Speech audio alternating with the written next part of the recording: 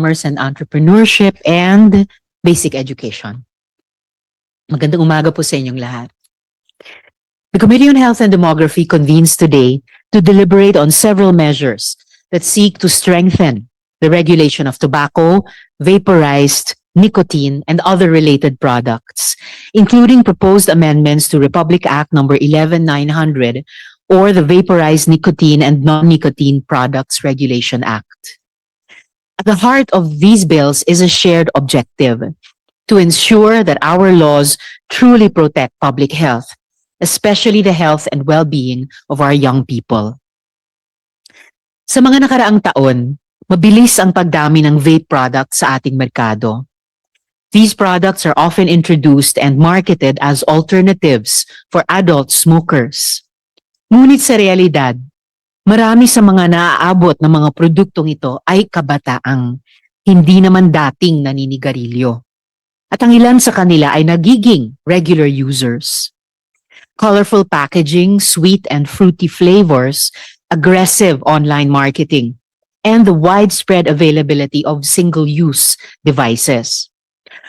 All of these make vape products highly attractive and dangerously accessible to minors. Hindi aksidente na naaakit ang kabataan sa vape. Ito ay resulta ng disenyo, marketing, at accessibility. At mas nakakabahala pa, may mga vape cartridges o tinatawag na carts na pre-filled with cannabis-infused oil or other concentrates gaya ng hexahydrocannabinol. Ito ay malinaw na isang seryosong usapin ng pampublikong kalusugan. Ang usapin ng vape ay hindi lamang tungkol sa consumer choice. Ito ay usapin ng kalusugan ng publiko at kinabukasan ng ating kabataan. Kaya naman ang pagdinig na ito ay tututok sa apat na mahalagang usapin. Una, tatalakayin natin ang mga panganib sa kalusugan na dulot ng paggamit ng tobacco at vape products, lalo na sa mga kabataan. We will hear from health experts and researchers on the current evidence regarding both the short-term and the potential long-term effects, lalo't may dokumentadong kaso na ng e-cigarette or vaping-associated lung injury, EVALI. Ikalawa, pag-uusapan natin ang mga hakbang upang higit na maprotektahan ang ating mga kabataan. This includes age restrictions and stronger mechanisms to prevent youth access to tobacco and vape products. Age limits are among the most widely adopted strategies globally to prevent early nicotine addiction, but they are only effective kung mahigpit ang pagpapatupad. Ikatlo, pag-aaralan natin ang panukalang ideklarang smoke-free at vape-free ang lahat ng educational institutions. Our schools must remain safe spaces for learning, growth, and development, not environments where addictive substances quietly enter the daily lives of our students. At ika-apat, susuriin natin ang implementasyon ng Republic Act 11900.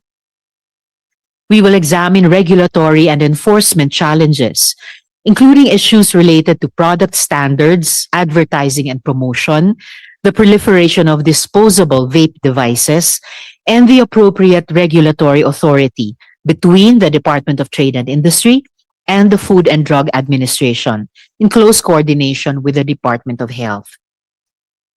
Ang layunin ng pagdinig na ito ay hindi lamang tukuyin ang mga kakulangan sa kasalukuyang batas. Higit sa lahat, nais nating matukoy kung anong kombinasyon ng mga polisiya ang tunay na makapoprotekta sa kalusugan ng ating mamamayan, lalo na ng kabataan. Whether through stronger youth access restrictions, tighter product standards, stricter limits on advertising and promotion, or clearer regulatory oversight, our responsibility is to ensure that public health comes first. Sa huli, isang simple ngunit napakahalagang tanong ang nasa harap natin. Sapat ba ang ating kasalukuyang mga polisiya upang protektahan ang sunod o susunod na henerasyon ng mga Pilipino sa panibagong uri ng adiksyon na dala ng vape products? Kung ang sagot ay hindi, tungkulin nating palakasin ang ating mga batas. I would like to thank our colleagues, they'll be following shortly, government agencies, public health experts, civil society organizations, educators, and industry representatives who have joined us today. Your insights will be invaluable as the committee carefully considers these measures and works towards a balanced, evidence-based, and effective regulatory framework. Ang ating pananagutan ay malinaw. Protektahan ang kalusugan ng mamamayan at ang kinabukasan ng ating mga kabataan. Maraming salamat at inaasahan natin ang isang makabuluhan at produktibong talakayan ngayong umaga. Addition to this opening, pending its referral, the committee also takes note of Senate Resolution number 345 filed by Senator Raffy Tulfo, calling for an inquiry into the increasing use of cigarettes and vape products among Filipino youth and the proliferation of their sale through online platforms and retail stores. The committee will take this resolution into consideration in the next hearing, during which representatives from digital platforms will also be invited to participate as resource persons. So later, I will give the floor to my colleagues as they arrive kung meron din po silang opening statement. So sa ngayon, Committee Secretary, pakikilalanin yung ating mga panauhin at resource persons. Magandang umaga po, Madam Chair. For this public hearing on vape and tobacco, we have the following resource persons. From the Senator Raffy, Yes, Madam alright, you Chair. have the floor. Thank you. Magandang umaga sa ating committee chair, Senator Risa Ontiveros, sa ating mga bisita at sa mga resource speakers. The matter before us today is not simply about regulation of tobacco or vape products. Ito po ay tungkol sa kung paano natin maprotektahan ang susunod na henerasyon mula sa addiction, health risk at iba pang panganib. According to the Global Youth Tobacco Survey or GYTS, among students aged 13 to 15, electronic cigarettes are no longer the exception. They are now the most commonly used tobacco product. Around 14.1% are current vape users, while 12.5% or roughly 762,000 students already smoke cigarettes and other tobacco products. Isang health crisis na unti-unting pumapasok sa ating mga classroom. Youth vaping in the Philippines has surged from 37,500 users in 2021 to more than, listen to this, 423,000 in 2023. These devices are not addictive. They are designed to hide in plain sight, open, resembling USB drives or pens that students can easily conceal in school. These devices are not only addictive, they're designed to hide in plain sight, often resembling USB drives or pens. With sweet flavors like candy and fruit, combined with the dangerous misconception that vaping is less harmful, what was once marketed as smoking alternative has now become a gateway to nicotine addiction among our youth. Pwede po tayo magpakita ng video, Madam Chair? Yes, please proceed, Senator Raffy.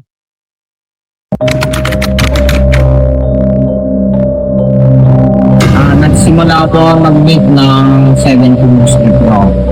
Nung tinry ko po siya, parang nakakabawas din ng problema.